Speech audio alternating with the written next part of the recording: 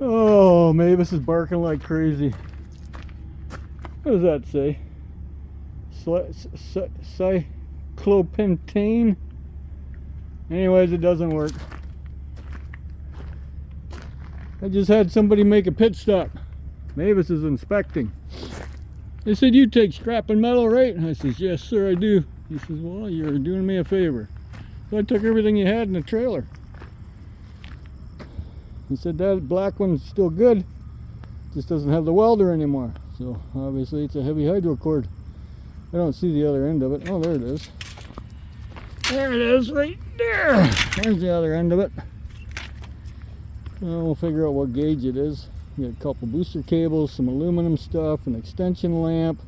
He said the yellow cord's pooched. Well, you kind of blew the plug out of it.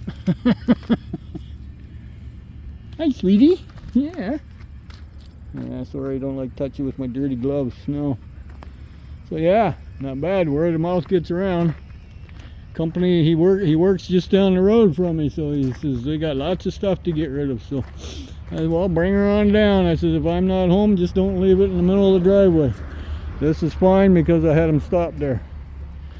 But he brought me this freezer. Little downfall of the freezer though. I need the baskets. It's got this inside. Yummy. I'll get rid of it. A little bleach. Amazing what bleach will do. Might be a lot of bleach. But anyways, I'm totally unloaded from last night. Obviously you can see. Whew, that's strong, isn't it, Mavis? That stove, these two appliances, some bikes, some lawnmowers. That was all part of last night. It's a coffee maker, anything with a cord that's still on it. This barbecue happens to be stainless, non-magnetic, so that's good, and cast aluminum. And all the eave troughs. And of course, you know, the Tonka tractor and wagon. That stuff that's on the ground there. Doesn't look like a lot, but and that portable dishwasher. I'm thinking it works. The dishwasher, they cut the plug off. I don't care. I can always put another one on. I just happened to get one back from my oldest boy. His crapped out on him, so. And yeah, I never paid much attention to it. But I do believe the hose is inside. Yes, I can't see up there, so you're my eyeballs. Danby. So I'll test it out. So, Dad, can I get another one? Well, if I find one. And I'm putting up a eave trough here. A drip edge, more or less. Just keeps the water from dripping on here. Yeah, too little, too late. I used to have one on there, but I stole it to put it on the garage when we moved here. So then I got to finish the back one. It's just trying to contain the water in one spot. So we'll see what we do at the back. Don't worry, you look at it, it's on a good pitch. So it's gonna rain in a couple days, so we'll see how well it works, how well of a job I did. But this one here I need to finish. This is a drain, but that is not. I don't know where I got that piece of aluminum from. I've had it for many, many years. But it'll come down and I can put the rest of it up here. That way it's contained. It'll make this a little drier because when you got a whole roof full of water running down, this gets very, very wet. And it does splash a bit. And it's not helping my firewood much. Look, I got morning glories growing in with my firewood. Caught another mouse in an electronic trap this morning. That's number 9. I think, or number 10, I don't remember.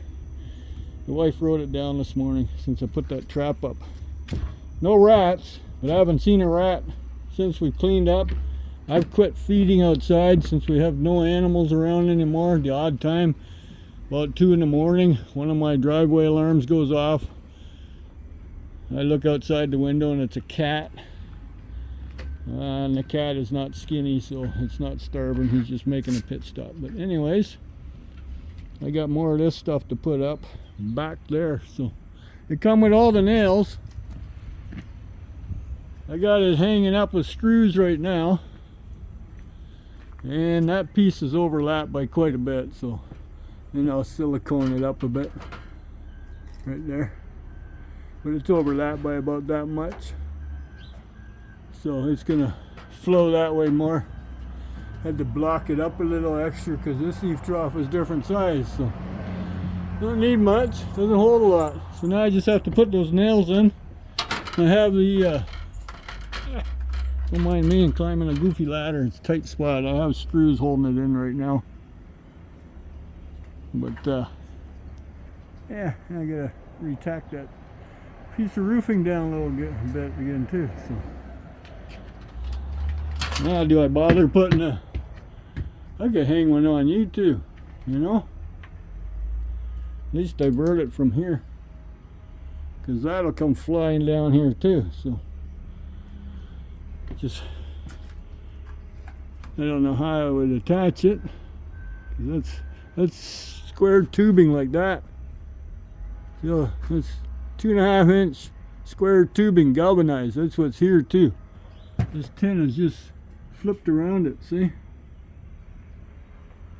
So I don't know, unless I peel the eave trough in, undo those bolts and set it inside, that would work.